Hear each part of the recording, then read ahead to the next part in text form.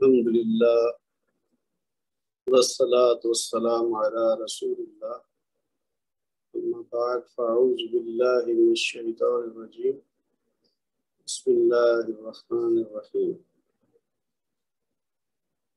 وَلَقَدْ يَسَّرْنَا الْقُرْآنَ لِلذِّكْرِ فَهَلْ مِن مُدَّكِرٍ صدق اللہ العظیم رب اشرح لي صدری ويسر لي امری واحلل عقدۃ من لسانی یفقهوا قولی ربنا زدنا علما رب یسر ولا تعسر وتمم بالخیر آمین یا رب العالمین۔ السلام علیکم ورحمۃ اللہ وبرکاتہ۔ آج کا لیسن نمبر 9 ہے، جس کا موضوع ہے اسم کا عدد، جو ہمارا گزشتہ سے پیوستہ ہے۔ پہلے ہم اس میں مثنیٰ کا مذکر اور مؤنث والا حصہ کر چکے ہیں۔ آج ہم جمع شروع کریں گے، اور جمع میں پہلا حصہ ہے سالم کا، اور اسی لیے اس لیسن کا نام حصہ اول ہے۔ پھر آگے اس کے 2 حصے مزید ہیں اسی موضوع کے تحت۔ تو عدد کے لحاظ سے واحد اور مثنیٰ اسماء ہم گزشتہ دروس میں پڑھ چکے ہیں۔ اب اگلے دروس میں ہم جمع اسماء کے بارے میں تفصیل سے پڑھیں گے۔ عربی زبان میں جمع کی 2 بڑی اقسام ہیں، جن میں سے ایک جمع سالم کہلاتی ہے اور دوسری جمع مکسر۔ اچھا، جمع مکسر کا لیسن بعد میں آئے گا۔ آج ہمارا موضوع ہے جمع سالم کا۔ تو جمع سالم جو ہے وہ ایسے اسماء ہوتے ہیں جن میں حروف مادہ، یعنی جو روٹ لیٹرز ہوتے ہیں نا کسی اسم کے، ان کے تمام حروف تعداد اور ترتیب کے لحاظ سے واحد مذکر اسم سے مطابقت رکھتے ہیں۔ یعنی جب ہم واحد سے جمع بنائیں گے تو جو واحد اسم کے اندر حروف ہیں وہ ایز اٹ از آپ کو جمع اسم میں بھی ملیں گے، اسی ترتیب کے ساتھ ملیں گے۔ مثلا اگر ہم واحد اسم مسلمون سے جمع بنائیں تو وہ بنے گا مسلمون۔ تو ہم دیکھ سکتے ہیں کہ واحد اسم کا میم، سین، لام، میم بالکل اسی تعداد اور ترتیب میں جمع اسم میں بھی موجود ہے، اس لیے اسے جمع سالم کہتے ہیں۔ اچھا، سالم کا لفظ جو ہے وہ اردو میں استعمال تو ہوتا ہے، لیکن شاید زیادہ عام استعمال اس کا نہیں ہے۔ اس کے بدلے ہم عام طور پر کہتے ہیں مکمل یا پورا۔ تو جو مکمل یا پورا ہے نا، جس کو انگلش میں ہم کمپلیٹ کہتے ہیں، وہی لفظ سالم کا مطلب ہے۔ تو جمع سالم سے مراد یہی ہے کہ ایسا اسم جمع جس میں واحد اسم کے پورے یعنی پورا اسم سالم جو واحد شکل میں تھا وہ پورے کا پورا جمع حالت میں آ جائے۔ تو سادہ لفظوں میں اس کا یہی مطلب ہے۔ جیسے یہ مثال آپ نے دیکھی نا، مسلمون۔ اب آپ مسلمونہ والا حصہ اگر دیکھیں تو اس میں جو سرخ رنگ میں یہ بنایا گیا ہے، میم، سین، لام اور میم، یہ وہی ہے جو مسلمون کے 4 حروف ہیں۔ تو لہٰذا ایز اٹ از، اور پھر ترتیب بھی وہی ہو جمع سالم میں۔ ایک تو یہ ہے کہ واحد اسم کے جو حروف ہیں وہ سارے کے سارے موجود ہوں، پلس ترتیب بھی وہی ہو، یعنی آگے پیچھے نہ ہو۔ تو ایسے اسم کو جمع سالم کہتے ہیں۔ اچھا، اب آگے جو ہے اس کی تھوڑی مزید ہم وضاحت دیکھیں گے تو اور زیادہ چیزیں ہماری واضح ہو جائیں گی۔ اور وہ کیا ہیں، آگے بڑھتے ہیں ہم جی، کہ واحد مذکر اسم سے جمع مذکر اسم بنانے کا طریقہ۔ جیسے ہم نے پیچھے مثنیٰ والا سیکھا تھا نا، کہ ہم واحد اسم نکرہ ہوتا ہے، مذکر بھی اور مؤنث بھی، اور پھر ہم اس کو مثنیٰ کیسے بناتے ہیں، یعنی 2 اسماء تعداد میں اگر ہوں تو پھر اس کا ہم نے طریقہ سیکھا تھا کہ جیسے مسلمون سے مسلمانی 2 مذکر ہو اگر، اور اگر مؤنث ہو تو پھر مسلمتن سے مسلمتانی، اور پھر ہم نے اس کی رفعی اور نصبی اور جری حالت سیکھی تھی۔ اسی طریقے سے اب ہم دیکھتے ہیں کہ واحد مذکر اسم سے جمع مذکر اسم بنانے کا طریقہ کیا ہے۔ تو اس طریقے کو سیکھنے کے لیے ہم واحد مذکر نکرہ اسم کا استعمال کریں گے۔ واحد مذکر اسم کے آخری حرف پر عموماً تنوین ہوتی ہے، یہ ہم نے مثنیٰ والے موضوع میں بھی سیکھا تھا۔ تو آخر میں جو تنوین ہے، اسم اپنی اصل حالت میں مرفوع حالت میں ہوتا ہے، یعنی اس پر دمہ کی تنوین ہوتی ہے۔ مطلب یہ کہ اس پر 2 پیش ہوتی ہیں، جیسے مسلمن، مومن، حامد، ذاکر، تو آخری حرف پر 2 پیش ہوں۔ تو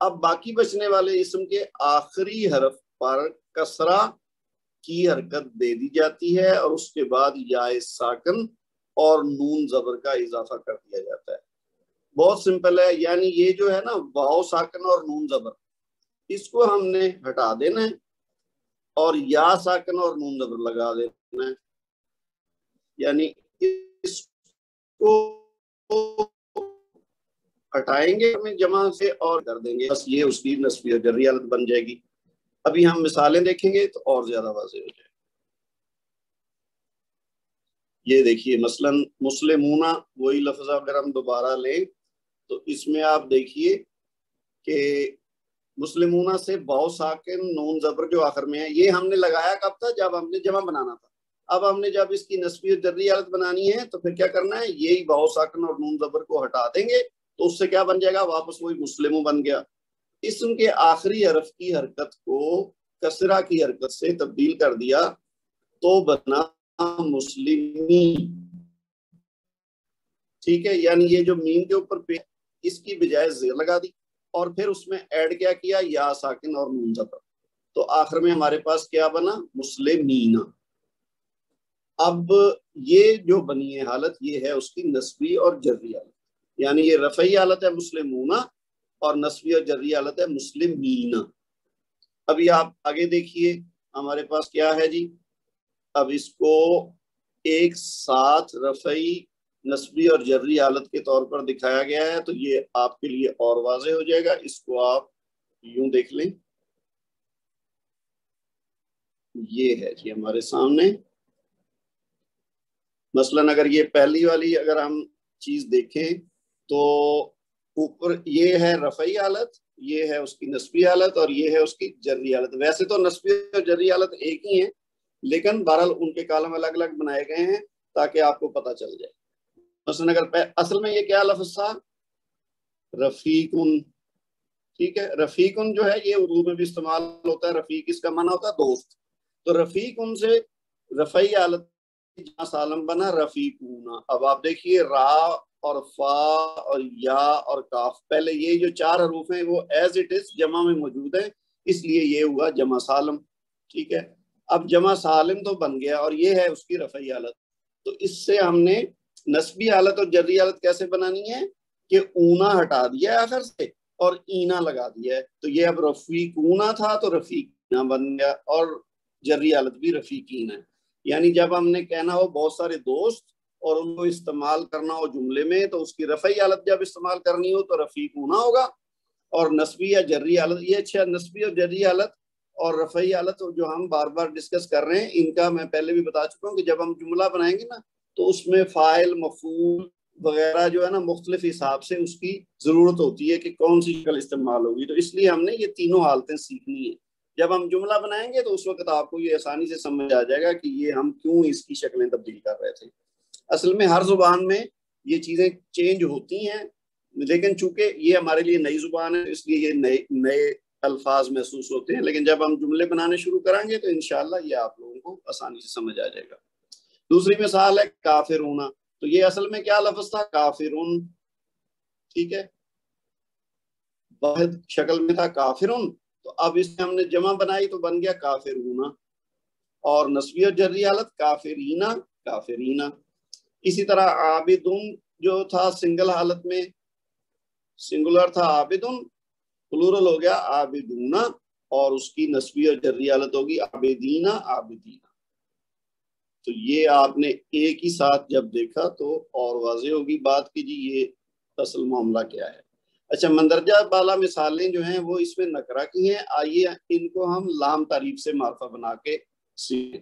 تو یہ بالکل وہی چیز ہے جو ہم نے اوپر والے حصے میں دیکھی ہے. یہاں پہ وہی چیز یہاں ہے لیکن اس میں کیا ہوا ہے کہ ہم نے ساتھ اس کو معرف باللام کر دیا، یعنی الف لام کا اضافہ کر دیا، کیونکہ کبھی اسم کسی جملے میں عام معنوں میں استعمال ہوتا ہے اور کبھی خاص معنوں میں استعمال ہوتا ہے، اور جب وہ ڈیفینٹ فارم میں ہوگا یعنی خاص فارم میں ہوگا تو پھر عربی میں عام طور پر معرفہ بنانے کے لیے اس کو الف لام لگا دیا جاتا ہے ڈیفینٹ ناؤن بنانے کے لیے.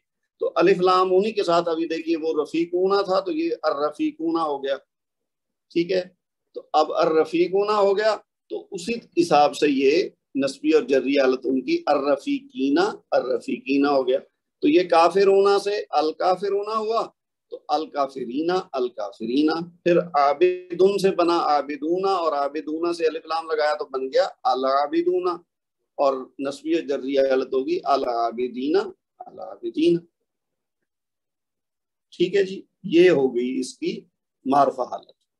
اب آپ جو ہمارا اصل ٹارگٹ ہے کہ ہم نے قرآن پاک کو سمجھنے کی کوشش کرنی ہے, تو اب آپ دیکھیے یہ جو جمع کا صیغہ آج ہم نے سیکھا ہے جمع سالم, اس کی کچھ مثالیں قرآن پاک کی آیات سے دیکھیں. جیسے یہ سورہ شعراء میں سے کچھ الفاظ ہیں وَإِنَّهُمْ لَنَا لَغَائِزُونَ. اس میں یہ جو انڈر لائن کیا ہوا ہے نا غائزون, یہ اصل میں اگر ہم دیکھیں اس کی واحد شکل ہوتی غائزن, تو اب غائزن سے غائزونا, اس کا مطلب ہوتا ہے غصہ دلانے والا. تو یہ جمع ہوگی غصہ دلانے والی, غصہ دلانے والے. تو اس کا ترجمہ بنے گا پوری آیت کا اور بلا شبہ وہ ہمیں غصہ دلا رہے ہیں. تو یہ جمع ہے غائزونا. اسی طرح اگر ہم دوسری لائن میں دیکھیں یہ سورہ البقرہ سے الفاظ ہیں وَلِلْكَافِرِينَ عَذَابٌ عَلِيمٌ. تو یہ جو انڈر لائن کیا ہوا نا حصہ, یہ ہے لِلْكَافِرِينَ. اصل میں جو پہلے لام ہے یہ حرف جارہ ہے. ہم حروف جارہ کی بات کر چکے نا کہ جب کوئی حرف جارہ لگتا ہے کسی اسم سے پہلے تو وہ اس کو جری حالت میں لے جاتا ہے. تو ابھی جو میں بات کر رہا تھا نا کہ ہم نسبی اور جری حالت کیوں سیکھ رہے ہیں, اس کی یہ وجہ تھی. اب دیکھیے یہ بنیادی طور پر کیا ہے کافرون, تو کافرون سے ہو گیا کافرونا. اب کافرونا سے یہ اس کی نسبی اور جری حالت ہم نے جیسے دیکھا نا, تو وہ بنتی ہے کافرینا, یعنی جمع مذکر سالم, اور اس کی پھر نسبی اور جری حالت ایک جیسی ہوتی ہے. یہاں پہ جری حالت ہے کیونکہ پہلے حرف جار لام لگا ہے. تو ادروائز یہ نارمل ہوتا تو ہوتا کافرونا. اب یہ لام کی وجہ سے بن گیا للکافرین, تو یہ اس کی جری حالت ہے. تو یہ جمع کافرینہ کا مطلب ہے بہت سے کافر. اس کا ترجمہ آپ دیکھیے اور کافروں کے لیے دردناک عذاب ہے. تو یہ جو کافروں ہے یہ کافرینہ عربی میں استعمال ہوا ہے جری حالت میں. اگلی مثال اگر آپ دیکھیں تو وہ ہے وما ہم بخارجین من النار. تو یہ بخارجین بھی اسی طرح جس طرح اوپر للکافرین تھا, یہ جو با لگا ہوا نا ساتھ اس کے خارجینہ سے پہلے, اس با حرف جار کی وجہ سے یہ خارجونہ سے خارجینہ ہو گیا. تو یہ آپ جوں یہ چیزیں دیکھتے جائیں گے آپ کو سمجھ آتی جائے گی. تو خارجینہ کیا ہے, یہ جری حالت ہے اس کی خارجونہ کا. واحد اسم کیا تھا خارجون, ٹھیک ہے, نکلنے والا, خارج والا, اس کی جمع ہے خارجونہ, اور جری حالت کیا ہوئی ہے خارجینہ. پھر آگے اگلی آیت دیکھیں, یہ بہت معروف ہے, ہم عام طور پہ پڑھتے ہیں سنتے ہیں. قالوا انا للہ و انا الیہ راجعون. تو اس میں جو راجعون ہے نا وہ بنیادی طور پر واحد اسم تھا راجعون, یعنی لوٹنے والا, پلٹنے والا. تو راجعون سے جمع بنا راجعون. تو یہ چونکہ رفعی حالت میں ہے, اس کے اوپر کوئی عامل نہیں ہے, اس کو نہ کسی وجہ سے نسبی حالت میں کیا گیا ہے نہ جری حالت میں کیا گیا. تو یہ اپنی نارمل یعنی رفعی حالت میں, تو اس لیے یہ اپنی اصلی حالت میں راجعون, یہ ہے رفعی حالت. تو کہتے ہیں بے شک ہم بھی اللہ ہی کا مال ہیں اور ہم بھی اسی کی طرف پلٹ کر جانے والے ہیں. تو یہ پلٹ کر جانے والے جو ہے یہ ہے راجعون. اسی طرح آگے دیکھیے یہ پوری ذرا لمبی آیت ہے, اس میں دیکھیے بہت سارے جمع اسماء استعمال ہوئے ہیں. التائبون, العابدون, الحامدون, السائحون, الراکعون, الساجدون, الآمرون بالمعروف والناہون عن المنکر والحافظون لحدود اللہ. تو اس میں باقی الفاظ تھوڑے ہیں لیکن جمع اسماء زیادہ ہیں. اب تائبون, تائبون ایک ہوتا ہے توبہ کرنے والا, تو اس کی جمع ہے تائبون, اور یہ الف لام کے ساتھ ہے, یعنی یہ معرفہ حالت میں ہے. ٹھیک ہے. اسی طرح عابدون سے عابدون اور الف لام لگا تو العابدون. ٹھیک ہے. پھر حامدون سے حامدون اور الحامدون. پھر سائحون سے سائحون اور الف لام لگا تو السائحون. اسی طرح راکعون سے الراکعون, ساجدون سے الساجدون, آمرون سے الآمرون, اور ناہون سے الناہون, اور حافظون سے الحافظون.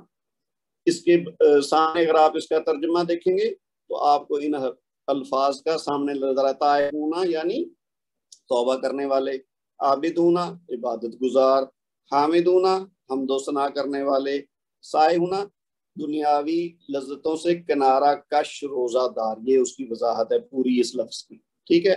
راکعونا رکوع کرنے والے، ٹھیک ہے۔